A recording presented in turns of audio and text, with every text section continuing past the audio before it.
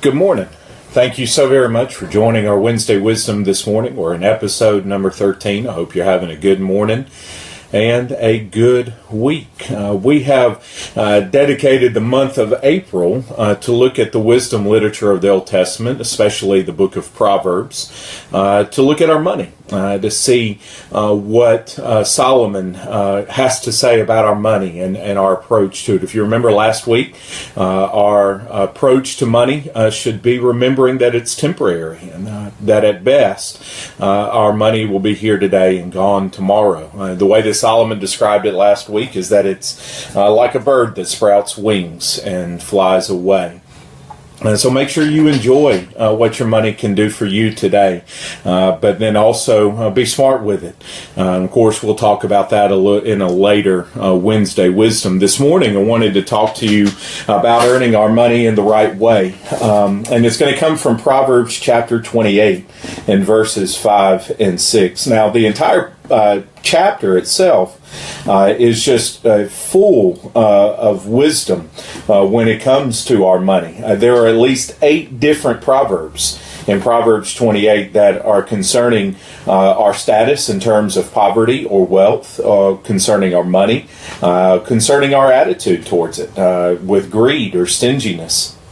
And in some cases, as we'll see in just a minute, Solomon speaks to how we earn our wealth. That in this life we have to work. We need to work. We must work. It's good for us to go to work. It's good for us and for our families, obviously, to be able to earn money and to pay for the things that we need, but then also to enjoy certain things like spring break vacations and summer vacations. What Solomon is concerned with is how we earn our money, how we gain that wealth. Many of us have been around long enough to have watched the news or read newspapers or articles to see that there are a lot of people who earn their money in the wrong way.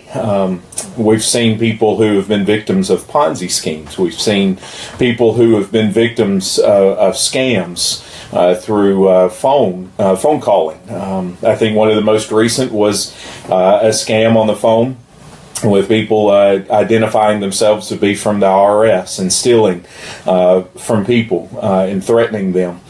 So you see people earning wealth. You see people earning money in a lot of bad ways. And Solomon, as far as he's concerned, in passing on his wisdom, is to make sure that we don't do it the same way either. That instead, that we earn our wealth the right way. Proverbs 28 verses 5 and 6, this is what Solomon says. Evil men do not understand justice, but those who seek the Lord understand it completely. Better is a poor man who walks in his integrity than a rich man who is crooked in his ways. Solomon starts out with a contrast. An evil person, good person. And it's their approach to justice that kind of segregates them, that puts them on 2 different paths. When it comes to justice, the evil person doesn't understand it. Now here, just for the sake of time, justice is concerning right and wrong in all aspects of life. The evil person doesn't understand it. They're the person that doesn't mind fudging a little bit, walking a gray line or a gray area every now and then if the situation calls for it. But the person who seeks the Lord, the person who seeks His ways, who seeks His knowledge, is the person who understands justice, who understands right and wrong completely. So it's no wonder that the very first proverb, after talking about justice, has to do with money. But it's not even specifically about money as much as our attitude. As Solomon says, better is the poor man with his integrity than the rich man who is dishonest, who is crooked in all of his ways. The poor man is willing to remain in his poverty to keep his integrity intact, to keep his honesty intact. The poor man is the one in this proverb who values the good name. And if you remember, several months ago, we talked about how we should value the good name, how Solomon says that a good name is more valuable than gold or silver or precious jewels, that it should be desired among some of the top things of our hearts and our mind. The poor man, when he is given the choice of gaining wealth or remaining poor, gaining wealth in the wrong way, or remaining poor but keeping his integrity intact, will maintain his integrity. But the rich man is crooked in all of his ways. Now, this doesn't mean that all people who have money are crooked. Doesn't mean that all people who are poor have integrity. What Solomon is telling us is that every day we are presented with opportunities. We're presented with situations and circumstances where we will have to make a decision. Will we gain our wealth the right way or the wrong way? Something that came to mind, just maybe to put it into a little bit of perspective for you. I remember growing up and working my way through college and working within a restaurant. And many of you will probably remember we have our time cards, and you would take the time card and you would put it in a little machine and it would stamp your time. And it would let your employer know when you came in and when you left to the second.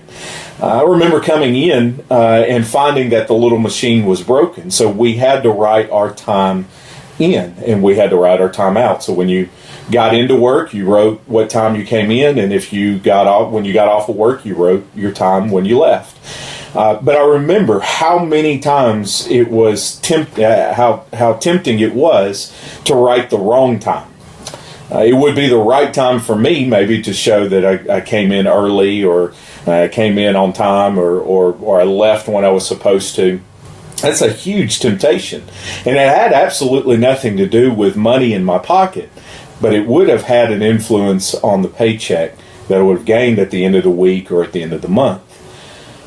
That is the idea of maintaining integrity. That is the idea of someone who realizes that I can give into this temptation and I can earn wealth the wrong way. Or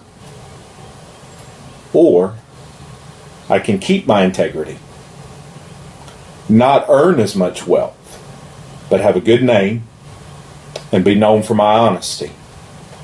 And of course, many of us have lived long enough to know how valuable honesty and integrity are in the workplace. We know that our employers value that. They honor that. Our coworkers do the same. It's important for us to be known as men and women of honesty and integrity, especially when it comes to work, and especially when it comes to our money. Let's make sure that we are the individuals who do everything that we can to keep our integrity and our honesty intact.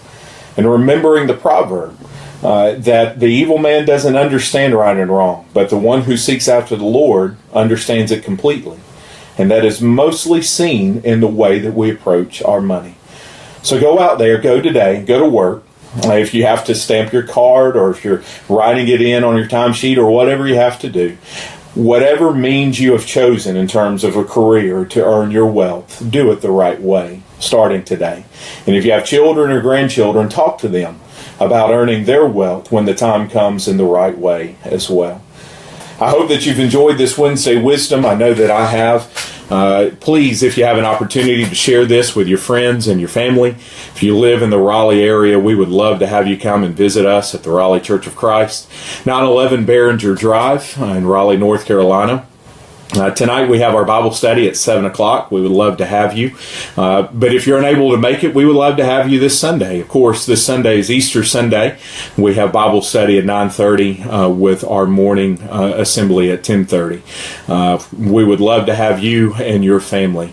Again, I hope that you have a great day and a blessed day. Bye-bye.